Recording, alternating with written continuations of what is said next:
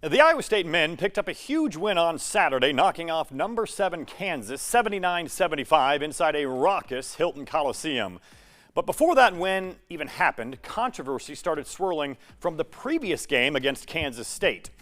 Wildcat coaches believe Cyclone coaches planted spies behind their bench in the crowd to steal signs and plays while the Cats were huddled during timeouts. At first, TJ Otzelberger and K-State head coach Jerome Tang declined to comment on the matter. But after numerous reports started popping up online from major media outlets with headlines reading, "Iowa State accused of sign stealing," TJ was forced to address the issue after the win against Kansas. The ludicrous rumors earlier this week that somehow we were trying to gain an advantage looking into our opponent's huddles is an affront to our players, our fans, and to me. It's not who I am. It's not what our program is about. And I'm angry that someone would even make that suggestion. What is factual is one of their staff members cursed out one of our student managers who is mopping the floor under the basket. So let's put this to bed here and now. It didn't happen. It won't happen.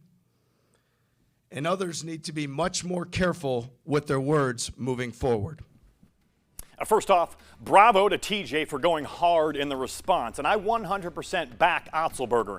We live in a world now where it's just acceptable to accuse, ridicule, and make erroneous accusations about people with no recourse. We see it all the time. And those inaccurate accusations can be damaging to an individual or program. Spying, cheating, you make those types of accusations, you better bring the goods and have the evidence to back it up. What evidence does Jerome Tang have? Fans holding up cell phones in the crowd? Hello, it's 2024. I'm more surprised when I don't see a person holding up a phone recording something at a live event. And let's think about what the Wildcat coaches are actually accusing Iowa State of. Random plants up in the stands with a cell phone trying to zoom in on their huddle. Now, I don't know about you, but even with a decent iPhone, zooming in from rows up in the stands, video is not going to be very good.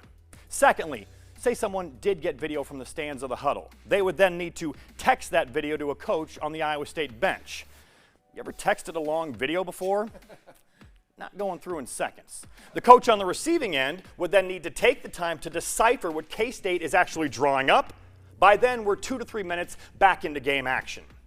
Lastly, basketball is much more of a freelance sport than football. The pace is sometimes never ending, up and down, completely opposite than that of football. Yes, teams have plays, but tight defense stifles, and the offense then just adjusts on the fly to something different. So spying doesn't really work as well as one might think in basketball. If Jerome Tang truly believes a grainy cell phone video of his huddle was passed along to the ISU coaches, played a part in the loss, that is paranoia at the highest level. At the very least, Tang owes TJ Otzelberger an apology. If not, deliver the evidence of your baseless accusation.